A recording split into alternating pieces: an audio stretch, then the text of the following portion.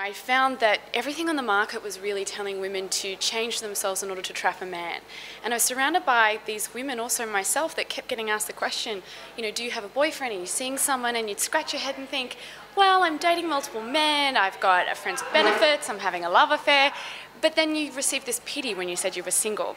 So I thought that was the landscape, but we also needed the empowerment to not only live that life, but to go out and find out what we want, instead of just being told a set of rules or when we should call a guy back, how many dates before we have sex with him.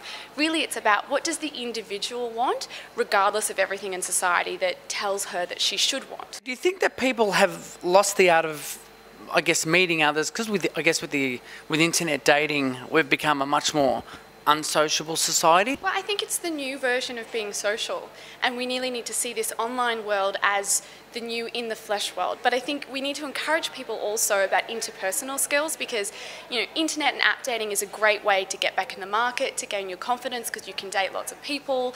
It can be really good when you're busy, but at the same time we need to make sure that we can still strike up a conversation with the person standing next to us in the line, because I think once we get used to that online world, as much as it has its benefits, it can make us very timid when it comes to the traditional conversations. So I think there's a balance between the two. It's like, sure, go online, use internet dating, but also be aware of the downfalls. So it's a lot more fast-paced, it can be very superficial, and I think it's also, we're very disposable when we're online. If someone's not really our type, we can flick and we can find someone that is. So if you are the type of person that really believes in deep valued connections, yes, you can find it online, but you need to be aware that you're going to deal with a lot of superficiality, a lot of that disposable attitude, maybe before you find a few people that you really click with. The 2015 female compared to the 2000 female, what do you think are the differences? I think she's a lot stronger. She's a lot more sexually empowered, and she's really getting that encouragement to go out and work out what she wants, which was why I wrote the book. There's a lot of women thinking that they want to start experimenting with different things, but they need a little bit more encouragement to go and do it. But I also think that the modern female now is kind of struggling with this whole idea of being strong, but also being vulnerable, because some people see vulnerability as weak. I actually think it's a strength to be vulnerable with somebody. So I think the 2015 woman needs to remember that when she is going on a date with a guy, it's okay to let your guard down a little bit. As long as you still protect yourself and you have the confidence to make sure you're treated right, it's really special to be able to let someone in and show them a piece of who you are, and that is the strength. That's not a weakness at all. That's a mentality that we really need to have. Why should we care so much about what everyone else thinks about us? But I think also when you look these days at the dating landscape, it's recycled dating. We're all dating each other's friends, ex-boyfriends, brothers, friends, all like that. So we are a little bit more mindful of the fact that our dating behaviours could come back to bite us in the ass. So I think that's more to remember when you're ending a situation with somebody, is try and be as respectful as you can, because you never know when that person's opinion actually may matter with a new partner or somebody that you're really interested in. What's one piece of advice you would give to a male, maybe approaching a woman? I think the old-fashioned dating etiquette is something guys aren't doing enough. So I think they need to find that balance between not being a sexual predator, because a lot of women, if a guy just goes up and approaches them, they kind of go, ooh, hang on a minute, what's he doing here? It's really that art about striking up a conversation with a random stranger, complimenting them, asking them a question. Maybe you're standing in line for the morning coffee, ask them how their weekend is. If someone's interested, you'll receive that back. They might smile, they might flirt, they might engage in conversation. Then that's where you can push a little bit further and maybe ask for their number or ask to catch up with them over a coffee or something casual. So I think it's really that balance between making sure that guys are still approaching women, but making sure that they're gentleman enough, eager enough, but not too much of a sexual predator. And that's one of the problems too, when we're now online and talking about issues, and we're talking about rejection, and we're hearing all these stories, and sometimes it really can hold someone back a little bit. And we are seeing a lot of these women are what I like to call the ice maiden. And it doesn't mean that they're not interested, it means that they're just as scared as you are, and it's safe for them to come across being a little bit reserved. So it's kind of interesting, because men and women are both fearful of rejection, yet we're kind of pointing the finger at each other as to who's to blame for all the dating dilemmas. Maybe we're not so different when it comes to our dating issues. Yeah, the Venus and Mars theory sort of has a bit of... But I don't think, in our dating wants, we're not so different. And that's the interesting thing about the book that I'm finding is there's a lot of men who are picking it up. And the intent was not for men, it was more for women. And I'm starting to scratch my head and going, maybe I need to do this for men as well and not be so different in terms of the content, because obviously it resonates with them as well. So it goes to show that maybe our wants are very similar. Don't be scared to be a little flirty, because this is where, like, if we look at the virtual Tinder screen or, in-flesh Tinder screen, what we're trying to do is give that impression of tick right, swipe right, yes, we're interested. So being mindful of the fact that your ice maiden attitude may send him running the other way.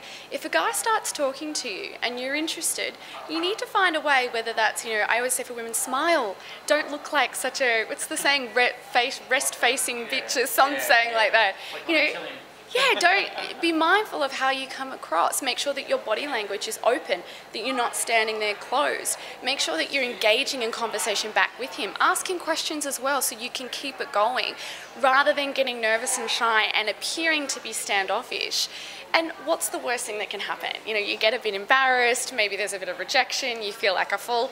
You'll get over it, but you're better off doing behaviours like that than turning him in the opposite direction. And it's really that quick instinct that can see us engaging in a conversation or turning to someone else or turning back onto our phone. Do you find that we sort of have the same problems all around the world, or because of cultures, do you think that things are differentiated a bit? We do have a similar dating dilemmas around the world. I spend a lot of time in America, and I find there's very much a more active old world dating culture that's going on. Guys really go and ask women out, but then guys are dating 5 women at the same time. So you're getting asked out by guys, but especially in California, if you go on a date with a guy, you need to be mindful that he's probably seeing 5 other women, and not just casually dating them, he's probably in a relationship with 5 other women. Can you navigate around that? So everywhere is going to have a downside, but I think it's just recognising what the dating landscape is, because if you walk into that environment, you have to just assume that there may be other people lurking around. Is a bad boy some guy that's been in jail, or does he rob you? What is a bad boy? I think a bad boy is somebody that your parents would tell you not to date, because obviously that definition is going to change for each individual person, but it's the guy that you know that you shouldn't be with, but that's what's enticing. But I think it's really interesting when we look at, what is a bad boy these days. To me, Mr. Insecure is the more dangerous one. So then we're seeing this rise of men who are very insecure, but their behaviours are coming out as very abusive, whether that's physical or whether that's emotional abuse. And I really encourage women, and think we need to be looking at a younger audience now to teaching, not only helping men, but also teaching women what are the warning signs. A bad boy used to be the guy that drove the wrong car, maybe a motorbike, had a few tattoos. To me, he's fine, he's a bit of fun. It's the Mr. Insecure that we need to be a little bit more careful, because that's what's going to see us getting into relationships that are toxic or even abusive. Brisbane men are the best men to date. Please, now you've compared them to Sydney men. Yeah, I've never dated Melbourne guys, so I can't compare them to Melbourne guys, but I do like a Brizzy boy. I think there's a real attitude that's a bit more laid back, very blokey bloke, quite masculine, but there's still that friendly nature. Sydney men can be a little bit more complex. I don't find that Sydney guys are really as good as being so forceful when it comes to asking out on dates and things like that. But I also think it comes down to, where you were brought up.